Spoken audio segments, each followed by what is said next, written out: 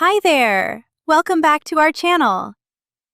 In this tutorial, we'll show you how to use the Button Boost feature in Vocabulary Builder in your AAC app, like LAMP Words for Life and Unity AAC.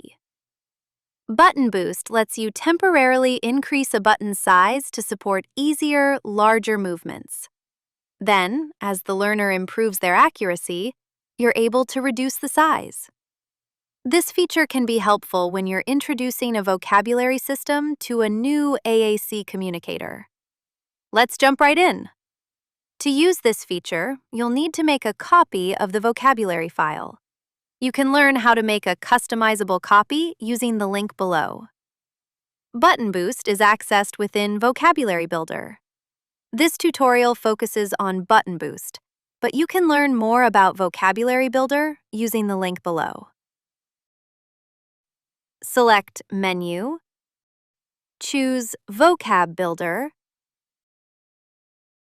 toggle Vocabulary Builder on.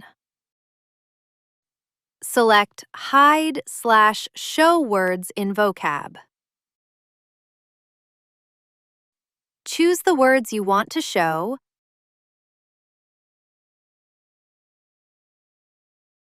choose Button Boost from the top menu. Select the button you want to boost. For this example, we'll use the word Go. Selecting the button again will make it smaller. Each selection changes the size. You can also adjust the size manually by dragging the corner of the button. If boosted buttons are close together, they may overlap. Adjust the size as needed to keep everything easy to see. To return the button to its original size, continue selecting until it cycles back to normal. Select Save, then select Done.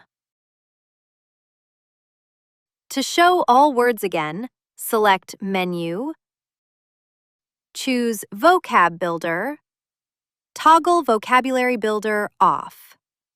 Select Done to save. And that's how you can use Button Boost to make keywords easier to see and access. Thanks for watching.